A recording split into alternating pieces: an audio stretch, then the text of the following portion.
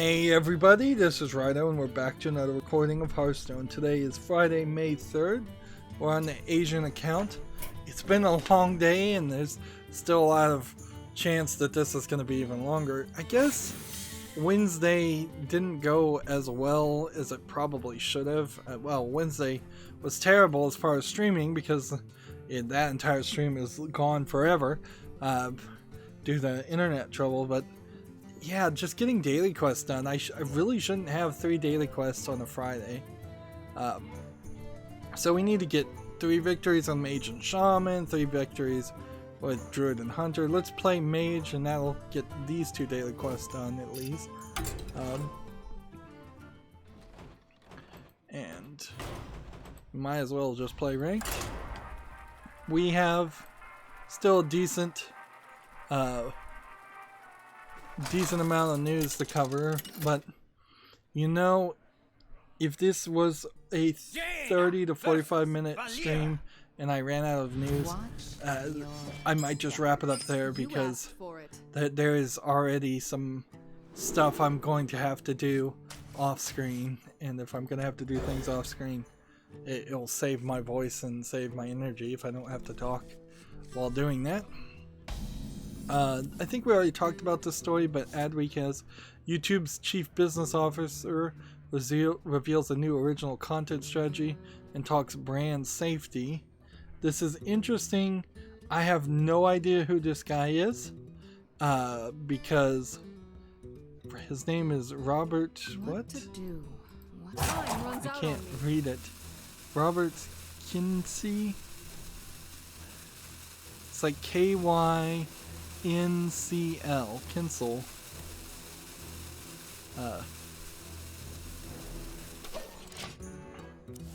Like, I have no idea who this guy is though, but basically, yes, the #1 priority according to the CEO of YouTube is going to be brand safety, keeping YouTube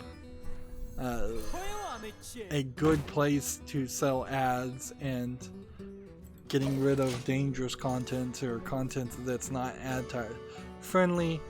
After that, they're going to let everybody see the YouTube premium videos with ads, so no longer that Karate Kid series, no longer is that going to be hidden behind having to pay for YouTube Plus or whatever that service was called. Instead you can watch ads. It'll be interesting to see if like Scare PewDiePie season 1 comes out, or if it just is conveniently forgotten, because I think more than anything, if PewDiePie on his channel says, hey, you can go watch Scare PewDiePie if you've never seen it before, I wouldn't be surprised if day 1 you see a huge increase in views on that, and then it will just inevitably bring about questions of where's Scare PewDiePie season 2, which I think I can't remember now, but I think the season 2 had already been filmed and simply they just never showed it, and a lot of people besides PewDiePie lost their jobs due to what was PewDiePie's mistake, certainly, but other people definitely suffered as much as he did from it.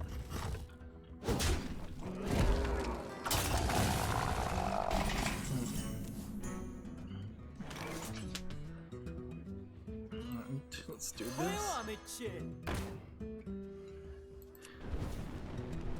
And what do we want to do here?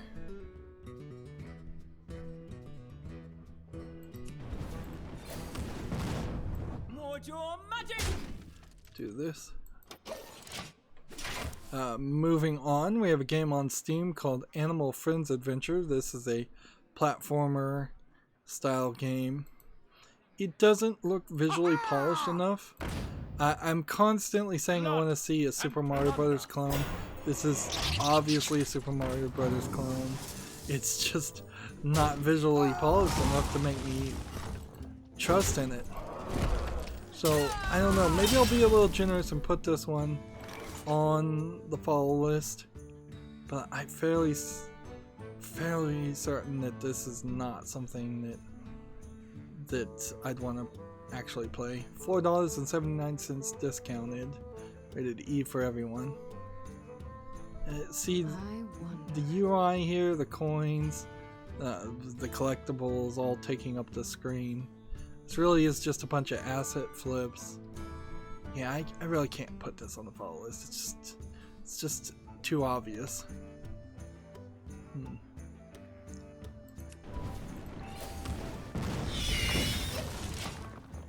Right, moving on.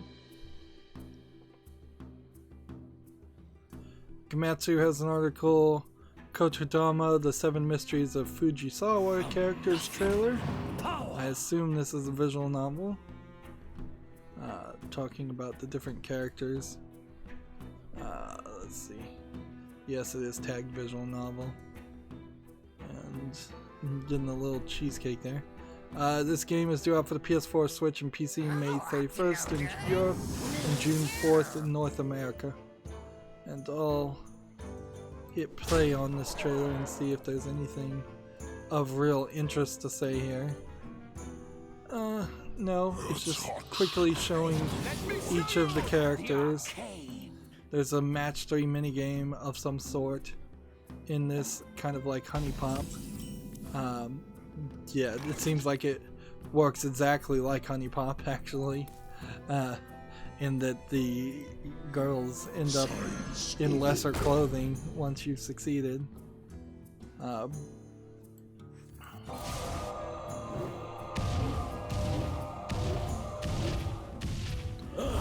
The thing I would argue, though, about Honey Pop in particular is it was a match game first with a small amount of visual novel elements on it. It wasn't a visual novel game, really. You barely had to do any conversations. It was questions and then you memorizing the answers and then answering back the correct answer. And you were asked like 3 or 4 questions in kind of a conversation date with the girl, and then it would immediately at the end of the evening you would get a match 3 game that took the vast majority of the time. Also, you could give out off gifts too, but not really a visual novel. There wasn't a lot of story happening or even conversation happening. It was just a random selection of questions. Moving on, Gamma Sutra has an article. World War Z has topped 320,000 sales on the Epic Games Store, which 300,000 or more seems to be a good amount of sales, at least for the first week or so. I've heard World War Z is kind of good. Unfortunately, very few people will know that because it's on the Epic Store exclusively. And I didn't even realize that it was on the Epic Store exclusively until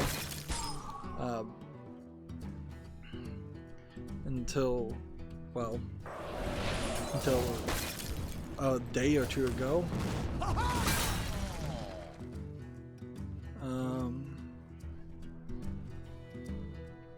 It's just, I'm supposed to be casting spells, so I don't want to lose. So I'm just gonna do this, and then do this, and then do this. Job's done.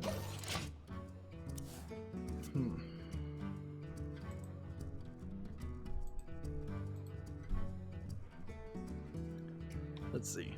Gamatsu has an article here. Close to the Sun PC launch trailer and gameplay. Close to the Sun. I'm not sure which game this was. I think this is the BioShock style game. Let's see if we can skip around and see what it is.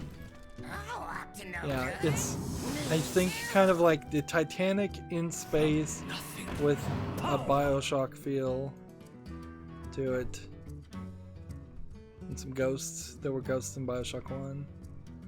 It seems like that's what it is. Maybe it doesn't actually have any guns in it, and so it's more better aligned as a Bioshock adventure game, or better described that way.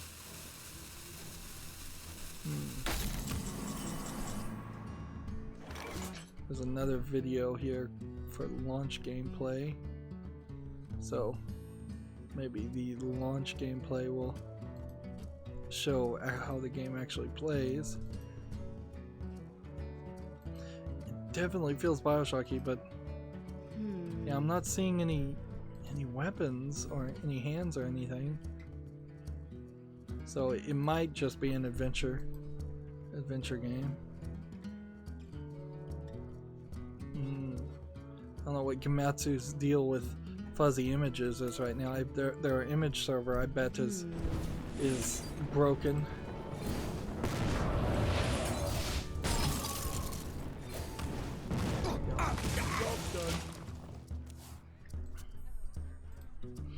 Well, I kind of like Close to the Sun to be successful. Even if it is Bioshock without the shooting and running and gunning, it'd still be a fine game. Arguably, by the time you're talking Bioshock Infinite, Infinite is more focused on the running and gunning than it is actually telling a story, to the point if you played Bioshock Infinite with none of the guns and none of the enemies shooting at you, you'd probably have a better experience. And the story is somewhat interesting and good, and has been claimed as one of the best stories ever for Bioshock Infinite. But yeah, those gun sections and that hook shooting sections in particular don't align with that.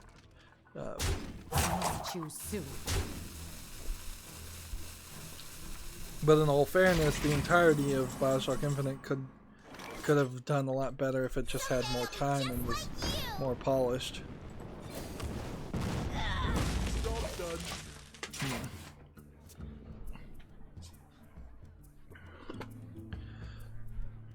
Next, we have an article here. Nintendo announces a Pokemon Pass mobile app to unlock in-game items. What is this? A brand new Android and iOS app called Pokemon Pass that connects with your free Pokemon Training Club account so that you can get notified of upcoming events happening at a store near you. When you visit the store, you can use the phone's camera to scan codes and unlock gifts such as in-game items for both Pokemon Let's Go Pikachu and Pokemon Let's Go Eevee, and then photo stickers for your phone. So it's not Pokemon Go related at all, which you would think if you're going to integrate anything, you would integrate Pokemon Go to the Pokemon Let's Go series.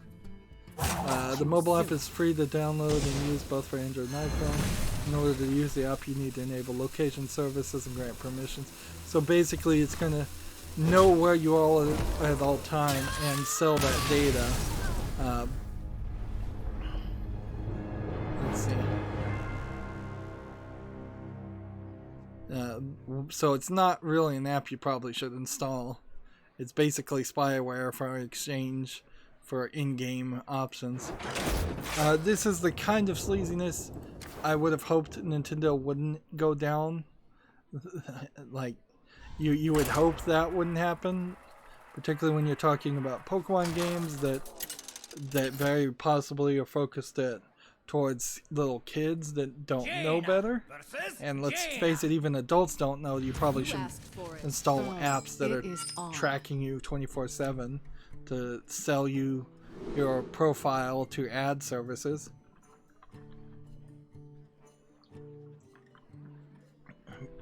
But as far as PC, as far as mobile games, and Nintendo so far, they have done completely the opposite of what I'd really like to see them do. They're going in every direction except for, hey, let's just put the old NES games on the iOS storefront and the Google Play storefront. Let's just sell Super Mario Brothers and Super Mario Bros. 3 and just run it through an emulator. Or, you know, have a chat app that where you can chat with your Nintendo friends. That I think exists, but I haven't seen anybody ever use it. I cursed them all. Anyways, moving on, we have Gematsu article, World War Z Season 1 free updates roadmap have been announced. So they plan on giving some free updates for May, June, and July to keep people playing World War Z. Now, World War Z is a lot like Left 4 Dead, so I imagine if you're not getting updates or things that would interest you or convince you to continuously play the game, you're going to be in a weird position where people are going to lose interest very quickly and stop playing it. In fact, for World War Z, I wouldn't be surprised if people just lose or never gain interest in it in the first place, and that seems like it may be a shame. But what can you do? Sometimes there are good games that just go unnoticed, and that's just how it sometimes happens.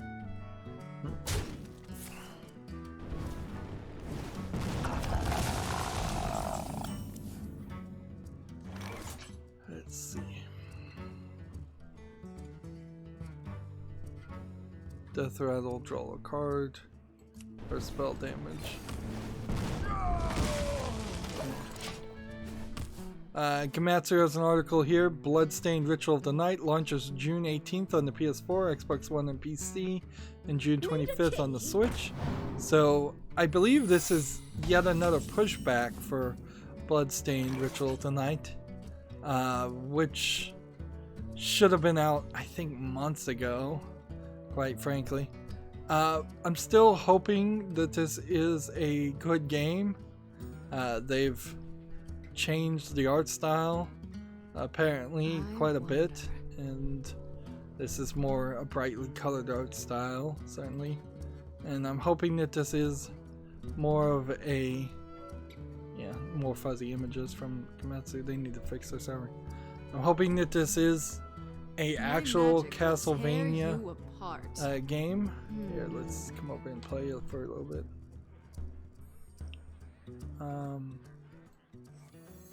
We hunger for vengeance. We hunger for vengeance. Time runs out on me.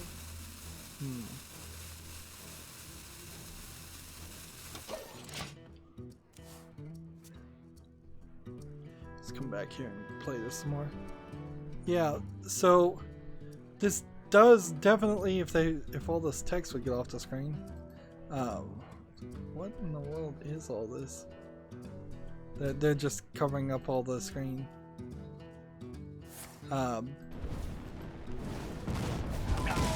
So yeah, this is supposed to be a Castlevania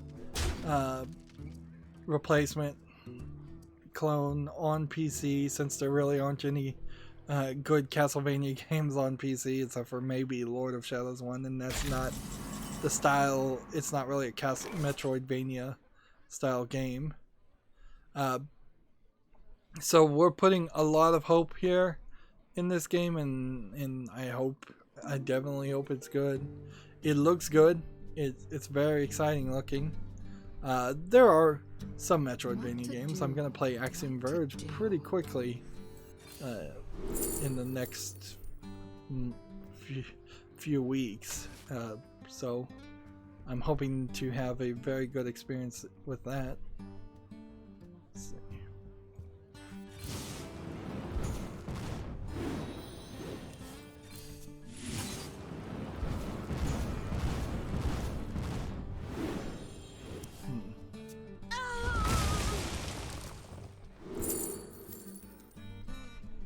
Let's draw some more cards in the turn. Yeah, so Need a key? Hopefully this is the last delay and the last push out, and the new art does look brighter and more colorful and is probably more interesting to look at in the long run than the old art. But having to change the art late in the game is certainly something that could cause problems later on. Let's hit this.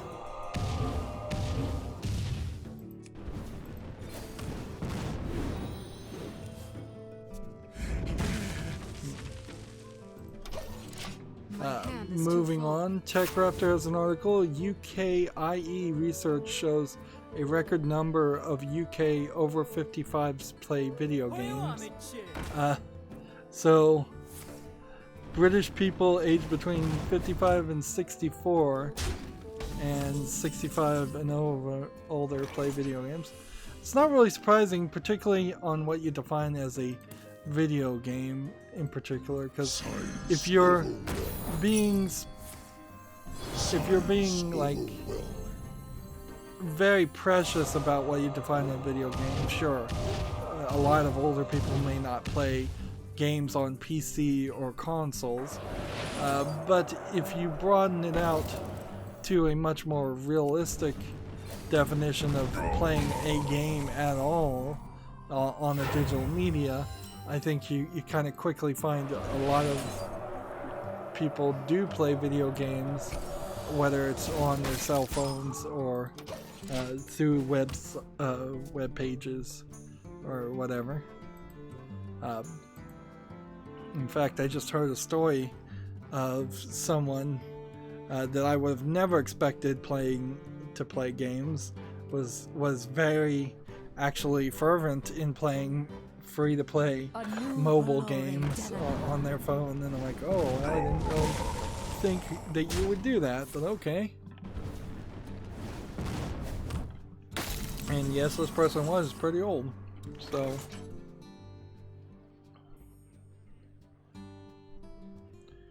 add a copy of your opening hand.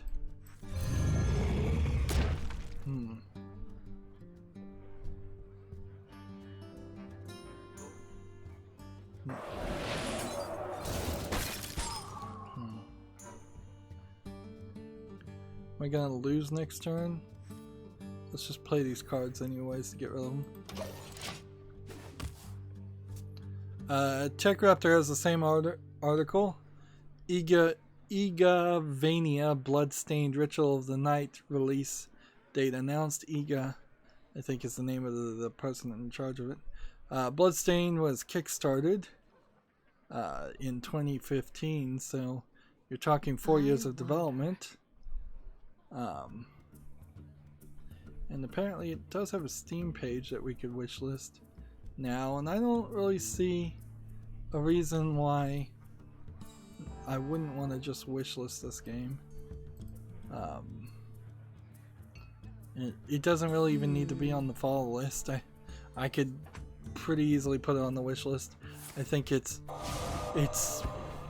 relevant enough just because of the Kickstarter. Even if it turns out to be a terrible game, it'll make a big amount of news coverage. So here's the Steam page where we can see some more screenshots and some more characters. I'm not sure you'll be playing as too many different characters though. Maybe you will, maybe you won't. If it's like Castlevania, you very possibly will play as 3 or 4 different characters. There could be a problem that comes about for this game if it just tries to be too much. If it's a 120-hour game and you have to play it 6 times in a row, I could see getting frustrated with that and not making it to the end. Or particularly if it takes like 120 hours to beat it even once, it could be too much, it could be too long. Meanwhile, it's also worth pointing out that the 2D Bloodstained game, which was supposed to just be an advertisement for this game, came out like 6 months ago, when it really should have only really was more likely to have been intended to come out only a few weeks before the release of the main game, maybe a month. So yeah, you can play the 2D version of the game, and I hear it's pretty good too. Moving on, Gamma Sutra has an article. Denmark creates a national esports strategy to nurture competitive gaming. I'm not sure I agree with that, frankly, but What to do? it might as well, you know. If you want to subsidize esports in some way, in the same way that other sports get subsidized by government agencies, well, that's a much bigger article. Certainly. TechRaptor has an article here. Rocket League review bombed following the Epic Games acquisition of Psyonix. Now, remember, I think it's very important to point this out. Steam said they were going to mute reviews in time periods in which an off-topic review bomb happened. And they were very specific in that phrasing to create the word off-topic review bomb. What is happening here, I would argue, is a 100% on-topic review bomb. Because Rocket League only lives and is only playable if there are other people to play, if it's a good multiplayer community. Also, this game has like mod support through the Steam Workshop, and there was skin trading happening through the Steam Marketplace. Both of those features assumedly are gone now from once Rocket League leaves Steam and becomes an Epic exclusive. I'm still, I guess, trying to get a mage victory. So, yeah, the feelings and the experience you're gonna have the day after Rocket League leaves Steam will be very different than the experience you're gonna have a month ago when you were playing Rocket League. You asked for it. So, that fact, and on top of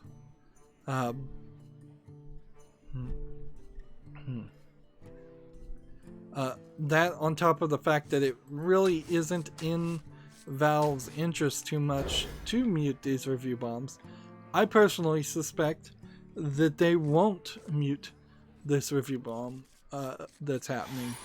I personally suspect, though, that this should have never been announced as a feature at all, because the first time they did it, it was very begrudgingly forced upon them to do it, and I would have kind of preferred they had chosen to never address this issue whatsoever and just said, we're too libertarian to mess with our review system. We're not going to mute review bombs just because the developers don't like it.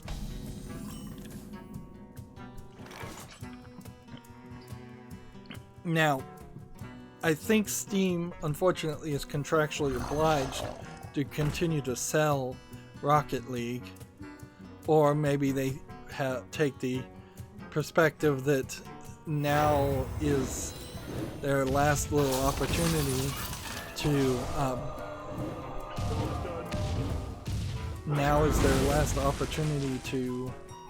make a few last dollars on Rocket League.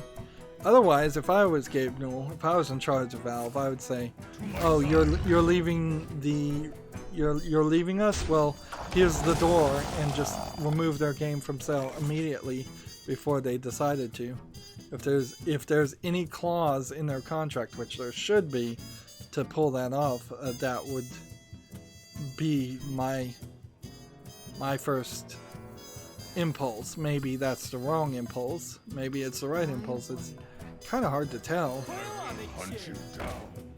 I should have just attacked it with the fire blast. Let's see.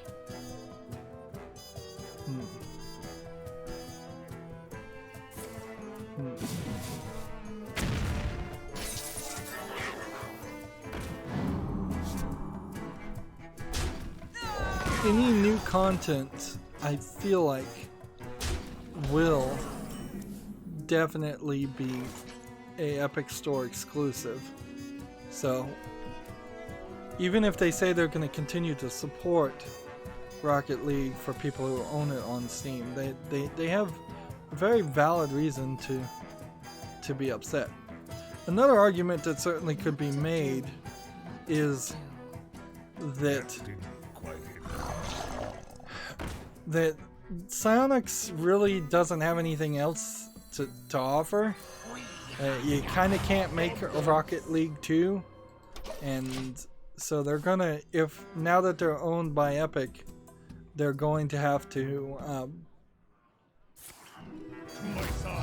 really dig deep to figure out what they're going to develop. Alright. It seems like the off-topic review activity, which I argue is very on topic, and see, this is the problem. Everything is just gonna be called a review bomb, so you have an excuse now to not give the people who own the game a voice. But looking at Steam right now, I'm just gonna report the news and try to leave my opinion moderately out of it. It seems like they have marked it as an off-topic review bomb. You can see there was 1,918 negative reviews one day, 573 reviews the day before, 299 reviews. Review bombing certainly could still happen over a few days. You give, for as many positive reviews you see, you give 10 negative reviews.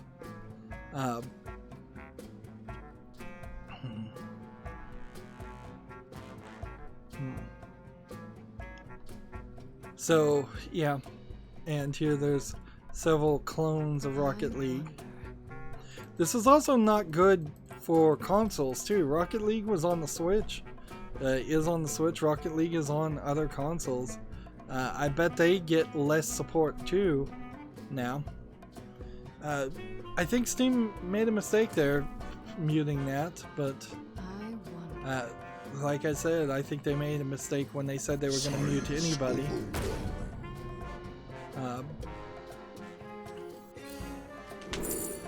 Valve is going to have to do something eventually, because consumers can complain all they want, but unless consumers enact a lifetime ban on things, on buying things from the Epic Store and buying games that are developed by by Epic or its subsidiaries, I don't think the story is going to be heard. I think they're just going to keep on doing this, even to their own detriment, right up until the last day that Epic goes bankrupt.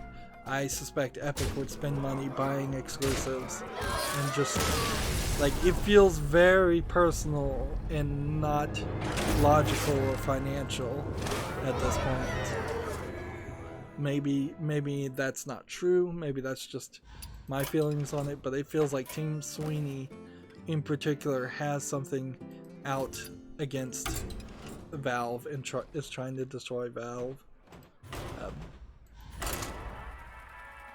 But at the current moment, because of the anti-review bombing thing, Rocket League sits at very positive, and I don't think that is an accurate description of what you're gonna feel if you bought this game today. And don't get me wrong, I thought about buying this game before it leaves Steam, but yeah, I don't see a real reason. It's so multiplayer focused and it's got a ton of DLC, and yeah, it was a pretty greedy game too. At the beginning it felt like it was fine, but now there's just a lot of skin packs, a lot of DLC, a lot of microtransaction style DLC things.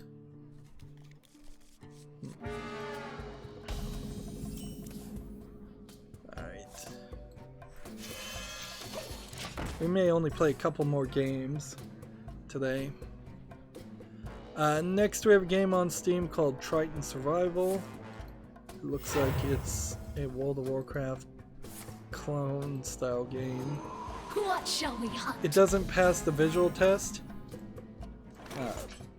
By the way, yes, I want to remind people I am testing out partial video color spectrum, or the YUV partial instead of YUV full colors. So if you're watching this and the colors look off or dark or dim, let me know in the comments so I can go back to full.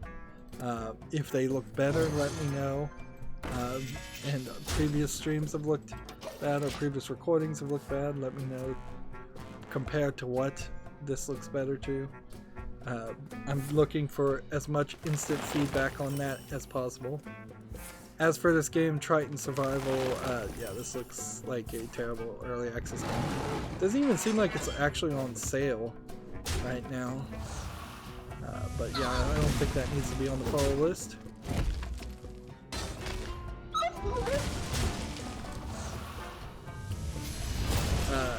TechRaptor has an article, Culinary Puzzler Automotive winds its way to PC and Switch this summer.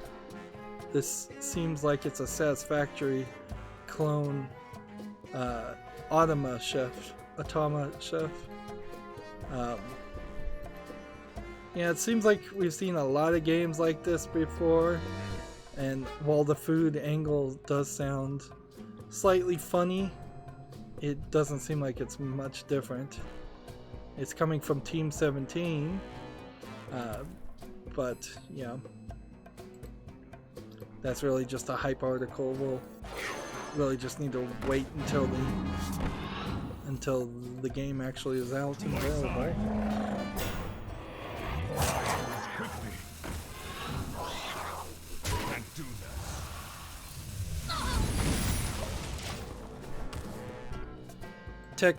TechRaptor has an article here. Tangle Deep Update 1.25 adds a new difficulty mode plus plenty more. I heard a lot of people liked Tangle Deep, but every time I think I looked at it, it looked like just a kind of generic Stardew Valley clone. I think it was. I don't even know what kind of game it is. But I recognize the name and recognize I was unimpressed by the game, so without actually knowing, I kind of know. Maybe I should give Tangle Deep a deeper look someday. Gamma Sutra has an article, Get a Job, Hi-Res Studios is hiring a gameplay programmer. I'm pretty sure Hi-Res Studios has been hiring this for several weeks. This job is in Alpharetta, Georgia, if you're interested. And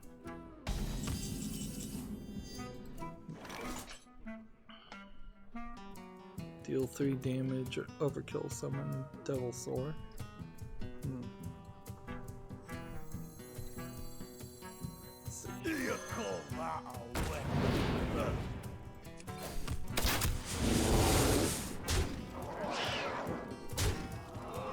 Guess I could just do 3 damage to the face twice.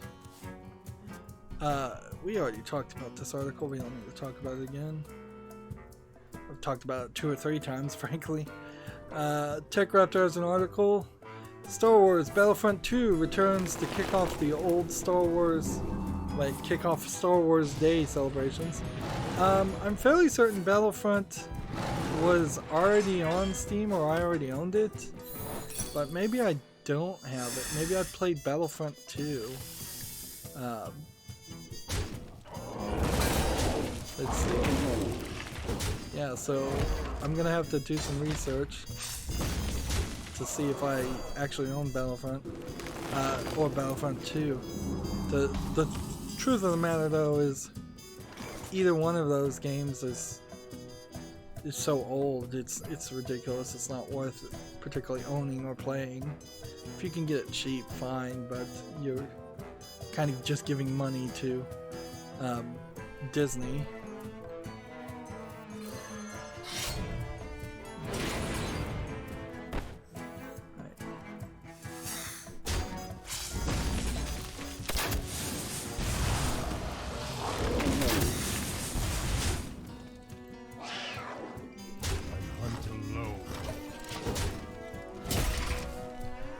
Good Old Games has a sale going on right now for Star Wars games. I imagine Steam will have a similar May the 4th sale if you want to buy the old Star Wars game. Very few of them are actually worth owning now.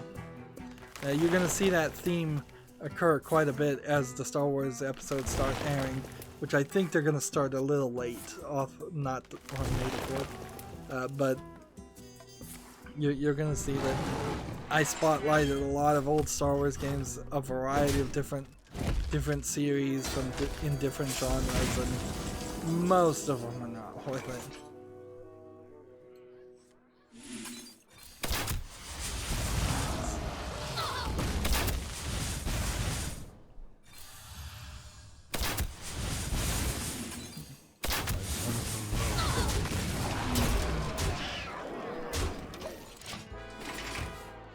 Next we have a game on Steam called Vertigo!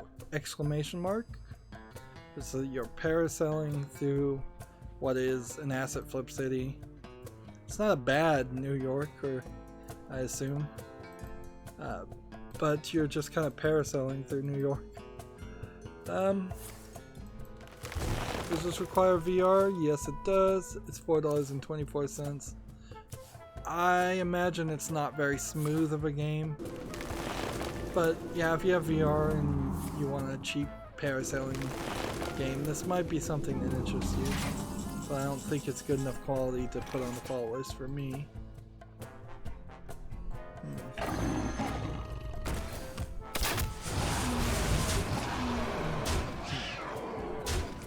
There we go. Kimetsu has an article here. Blades of Time Remaster is coming to the Switch on May 14th.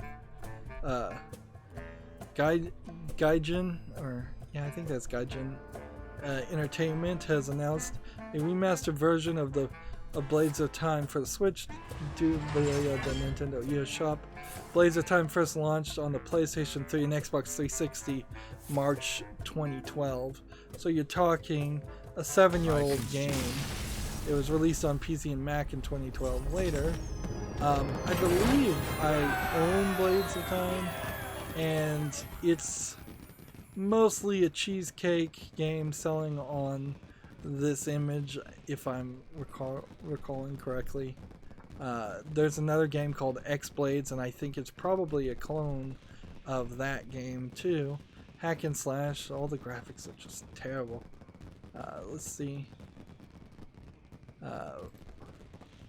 What this is, M for Mature on the Switch. Another M for Mature Switch game. So yeah. Neither X Blades or Blades of Time are actually great games. So the question would be, would the remaster somehow improve the gameplay and the story and everything? Or is it just it runs slightly better, or it runs on the Switch, thus we're calling it a remaster?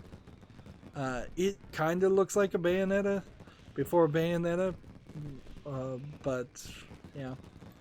I'm gonna have to check and see if Blades of Time is on Steam and whether I have it, because that gives me a bit of an excuse to actually play the game.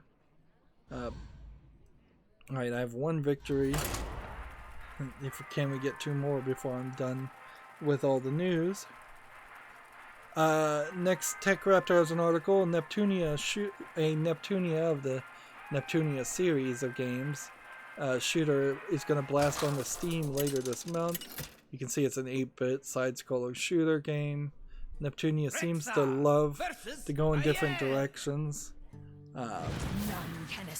Originally, it was thought to be an April Fool's joke, but apparently it was one of those April Fool's jokes that actually happens. Alright, well, I think at this point, because I bought a Humble Bundle with most of the Neptunia games, this would be something to put on the wish list, just because I'm now not really committed, but I do own most of the Neptunia games, so I probably should at least spotlight them all. It is a side-scrolling shooter game, though, so, and I definitely don't like side-scrolling shooters. So I probably would just spotlight it and not try to play it all the way through. Next, we have a game on Steam called The Baldiana, which clearly is a crazy asset flip horror game. Don't really have to say anything more about it. It's just ridiculous garbage all over the place. It's early access for $3.99. English is the only language it claims to speak. Just ridiculous. Yeah. Ridiculous troll game.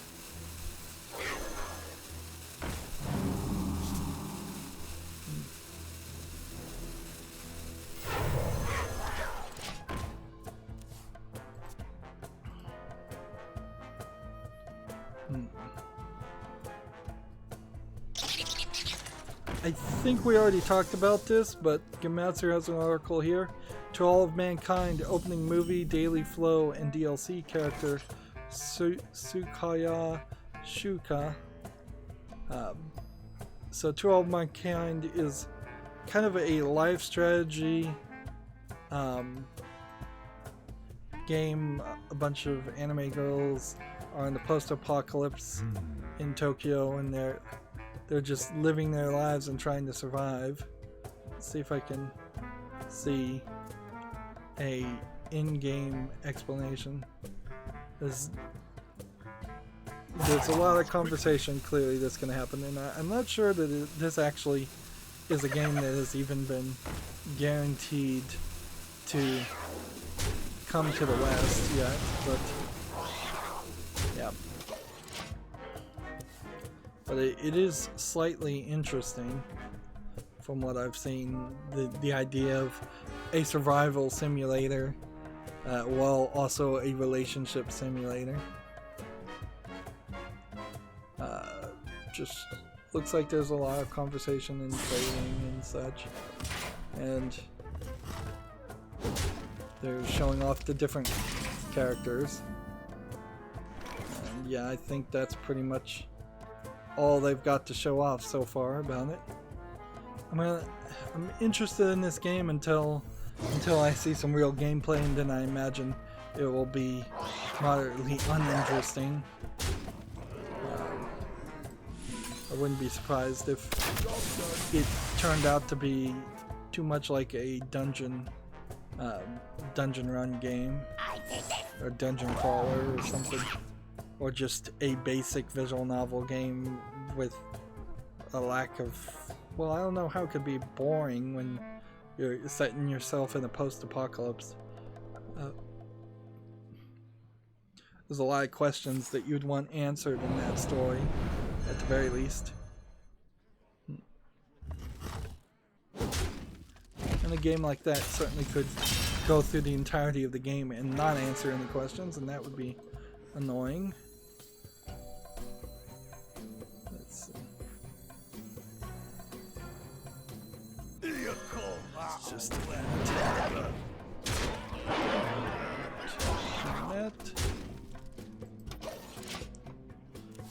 GameIndustry.biz has the same article we already talked about.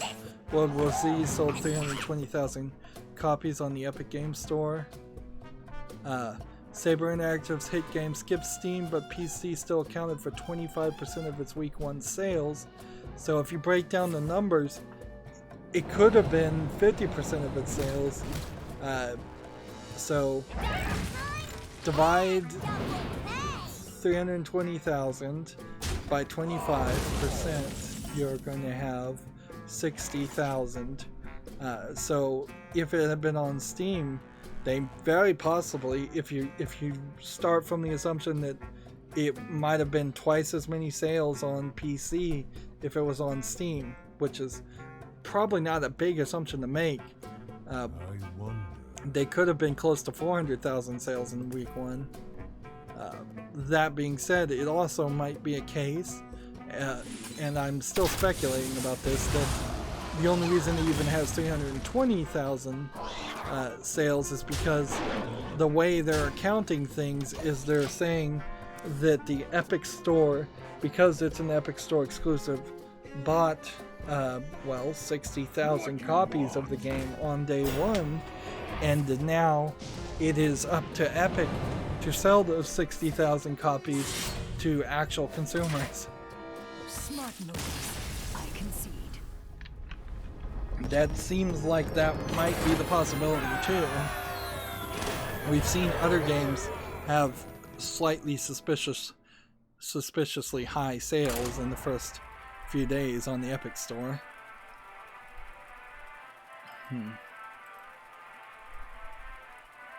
Let's see. Next we have a game on Steam called Super Lumberjack that seems like the trailer is using some video from a movie. This looks like an idle clicker game of some sort, and it looks ugly and uninteresting. It's 66 cents discounted, English and Russian, so yeah, probably a Russian troll game. Potentially this is the last game, but I think I said that the last game too, so don't believe me. Let's see. Next we have a game on Steam. It's a bunch of Asian characters, and then it says Striker A-Type Game Pack, which that doesn't make any sense. Injured? This seems like it's a typing simulator game or something. I have no idea what this is even supposed to be. Early access $2.09, English and Chinese. I'm gonna have to chalk it up to a low effort Chinese typing game. That's pretty much all I can figure out. See, I don't know. Yeah, it doesn't seem like you're really typing things. But maybe you are? What do I want to do?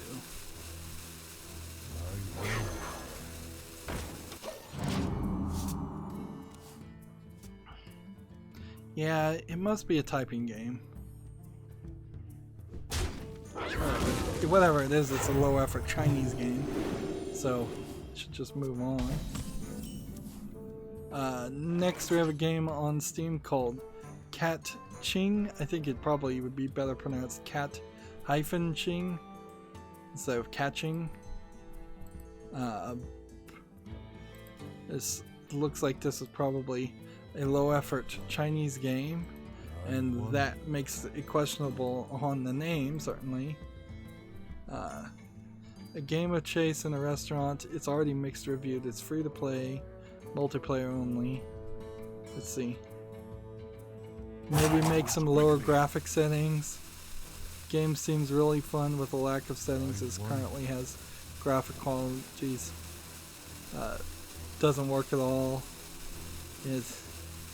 So it seems like it just runs terribly. Yeah, if you're gonna make your game free to play, I would probably recommend you make an effort to make sure the game is highly polished and ready to be seen by people who are going to criticize your game without even being invested in it because they haven't paid any money to it. Don't put out low quality products as free to play and expect that that's going to give you a benefit of a doubt, because that's certainly not the case. Next we have a game called AVA Dog Tag, which looks like a Counter-Strike Go clone. It's already mixed on reviews. It's free to play also. English and Russian. So I assume this is probably a bad quality Russian game. I wouldn't call it a troll game per se. Just not up to snuff.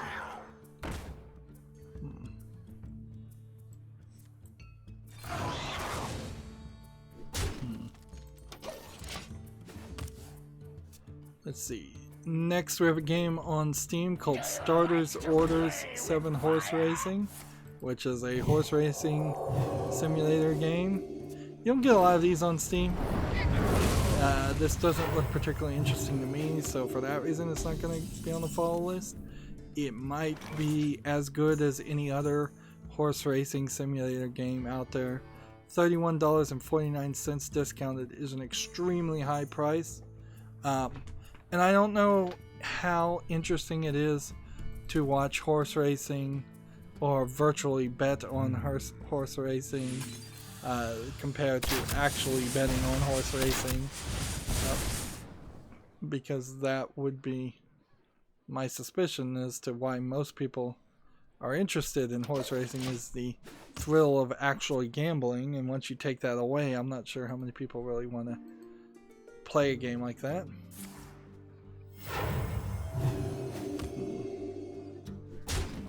Let's see, Gamatsu has an article here.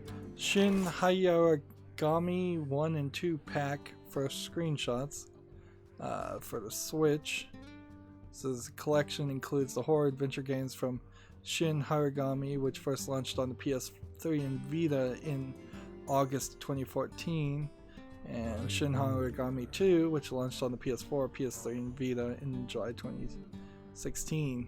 Question, is any of this coming to the West? I don't know. Yeah, I wouldn't be surprised if this one isn't coming to the West, though. So that's gonna suck. What's the deal? We need this, and then we would need this, and then we would need this. So I can hit this and this. Job done.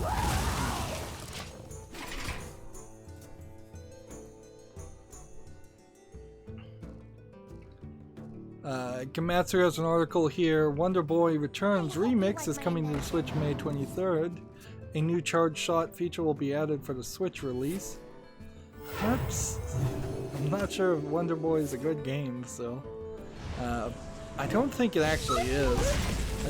Wonder Boy being a game that I think actually did exist in the past, and it's not just a game that's designed to look old. But I think it plays not even second fiddle but third or fourth fiddle to games like Gonk or Super Mario Brothers. Let's see, here's the trailer, and yeah, it's a lot of platforming, a lot of throwing of a hammers, a little skateboarding. 32 stages. It's a Sega game, which doesn't mean much as far as quality. I should do some research and see how many Wonder Boy games, if any, are actually on Steam. Because if there are some on Steam, I probably should do some more research and consider whether it's worth actually covering or playing those games. Alright.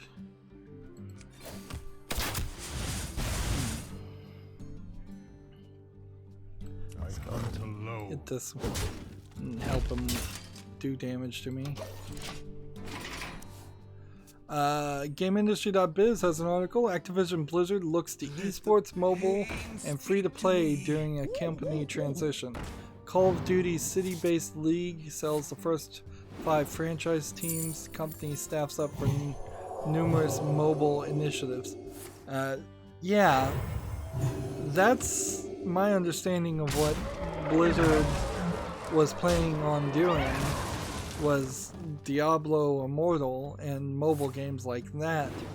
And I think by the end of the point when 3, maybe 4 mobile games are released by Blizzard, Blizzard will have been effectively drained of anybody who actually was interested in making quality games, and the only people that are left will be people who have like no better job offers and can't go anywhere else. This is mostly an opinion, but yeah, they definitely are going in different directions. Directions I wouldn't want to see Activision Blizzard go. TechRaptor has an article. Hitman 2 update significantly beefs up Ghost Mode. So if you're still playing Hitman and Hitman 2, there's a new update and more reason to keep on playing. I don't know if I'm ever going to get around to the point where I would play the Hitman reboot series, but whatever. Let's see. Next we have a game on Steam that's a bunch of, looks like Japanese characters. Is someone injured? Let's see. It looks like it might be, it's tagged as an RPG, but it looks like it might be a more kiddie-oriented beat-em-up game. Let's see. English is not supported. Requires a controller. It's free, and it's only in Japanese, so I wonder if this is to promote some cartoon that is out in Japan right now. I don't recognize anything here, but I'm definitely not well versed in kid-focused cartoons from Japan. It would explain this spelling in these symbols here, though. This is the easier Japanese language. These symbols are spelling something out instead of the more complicated Japanese language with more strokes and such.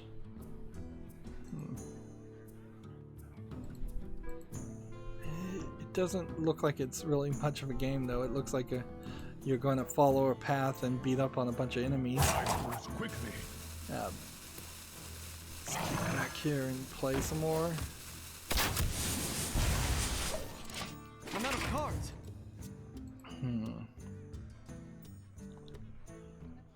Here we have on Steam Star Wars Battlefront Classic 2004.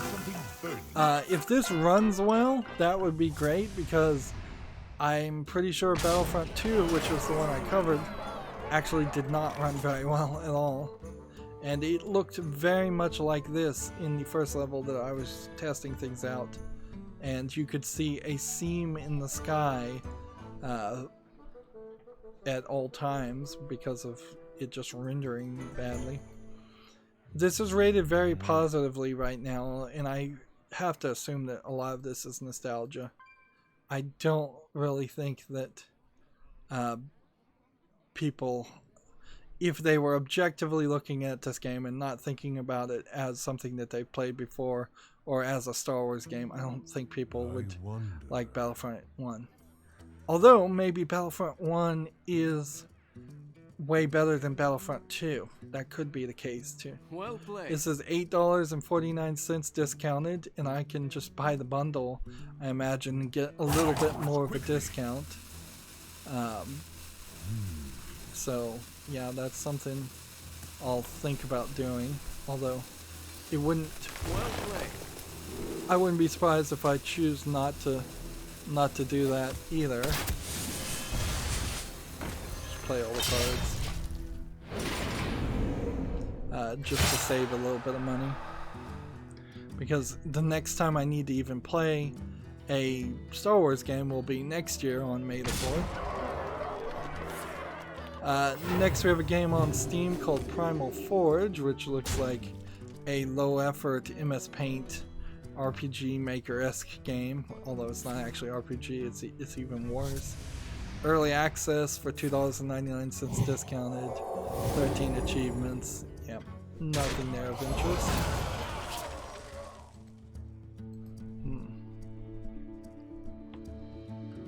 Let's see. Next we have a game on Steam called To the Stars and Beyond. This is a tapping game, I imagine, mobile port, where you're just tapping to speed up and releasing to go to slow down, and just trying to get as high as possible on these slopes. If this was a free mobile game, I would be cool with it, but it's not. It's a $2.39 game, at least it is right now on the 20% off sale. Yeah, super simplistic, super low effort. Alright, I have only a couple more tabs to cover, and then I'm just going to end this stream. Now, as far as daily quests, there's a ton to do still.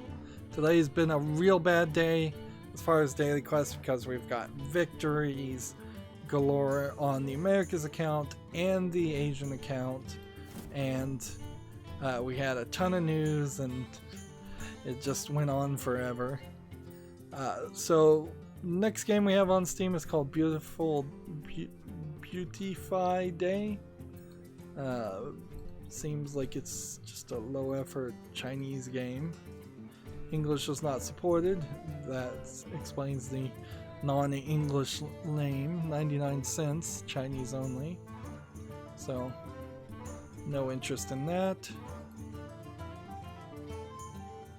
Next there's a game here called Muscle Car Robot Project, which on the face of it, a mecha game where you're running around that transforms into a car like a transformer, which is, I assume, what this does, although I didn't actually see any animation that transformed.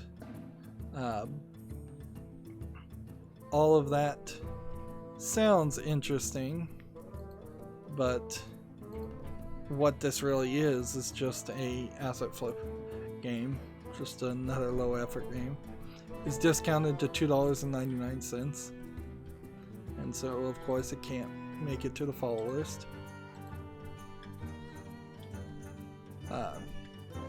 A considerable amount of games were covered today, by the way, and most of them did not qualify in quality.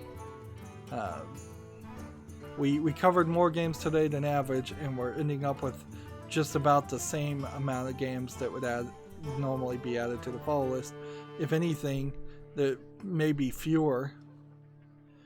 Next we have a game on Steam called Detective D: The Silk Rose Murders, which this seems like this is a pixel graphics point and click adventure style game based out of a Chinese detective mystery story, which is definitely different. It's $9.89 discounted, and it's English and Chinese. This is the kind of game that might have a chance to be good quality, so I'll give it a follow. I wouldn't be surprised if it's not good quality, but it's better than what we normally see, so it deserves a chance. And then that just puts me at the Humble Bundle store, and there's a new Humble Monthly, and the More Board Games bundle is still going on, and the Lego Games bundle is still going on, but there's nothing else happening. And let's see, there was this last thing that I came across, and it's not really a story I can talk about too much, but I pulled up a Japanese website to show it up. There is a Fallout 4 mod that's either in the works or has been finished that reskins the characters as anime faces, which inherently the complaint of Fallout games is that the characters have very dirty faces and ugly looking faces. So you'll start with something like this as this is, I believe, the default female character that you play as, and then this mod gives you a selection of different hairstyles and items and some different outfits. Some of them make some sense, and I could certainly see if you wanted to play a Fallout 4 game with anime characters, this mod would have some interesting different appearance to it. But it's not really going to change the gameplay or anything too much. And then it starts to break things when they're wearing Japanese school outfits. It also breaks the canon for the most part, because the nuclear war for Fallout was, I believe, against a fictional American-like country and a fictional Chinese-like country. And at this time, Japan itself would probably have been still in its isolationist state, and certainly not influenced by Disney cartoons to create anime as content. Unfortunately, I don't have a lot of information about this mod, so you'd have to try and find it. And there's another mod that will put anime characters on your metal mech suits, but this one will be, I think, talked about by MXR and other people who follow Fallout mods and a lot more in the next few weeks, so you're just kind of getting a sneak peek on that. And since it's Friday, I seriously doubt that there would be any new tweets that need to be talked about. The Sonic movie trailer came out. I guess this is kind of video game related. The director, Jeff Fowler, vows to fix the hideous way that Sonic looks. A lot of streamers making a big deal about the trailer. In the end, I think this movie is just going to be a stupid movie that doesn't mean or matter in any way. Anyways, so they can do whatever they want to fix the way it looks, but it will be wasting money, because nobody was ever really planning on going to see the Sonic movie. I'm not even 100% sure people are planning on going to see the Detective Pikachu movie, or Pokemon movies in general seem to just be losing their fan base as they age out. Yeah, I scrolled down on my Twitter feed and there seems to be no new news. Let's look at the stats, by the way. I'm looking at the stats right now. It seems like there's been no problem whatsoever. No streaming problem, no recording problem, which is good. So I wish they'd fix the bug so that if you're having internet problems, you still would get a clean recording backup. But they're going to have to find that bug and figure out what went wrong in the first place. And it may all be on my side, so I may have fixed the bug and there's nothing else to do. I've been streaming for years and it's never happened like that before. Yeah, and I hope I get some feedback on the colors, whether they look the same, different, or better. Otherwise, that's it for the stream. As always, I ask you to like, share, subscribe, comment, and watch every second of my videos. If you want a friend to follow me on any social media sites, there's a whole bunch of links down below in the description box. And if you want to support me even further, there's a link to Patreon, or you can friend me on Steam and gift me a game off my wishlist. Thank you for watching. Have a good evening.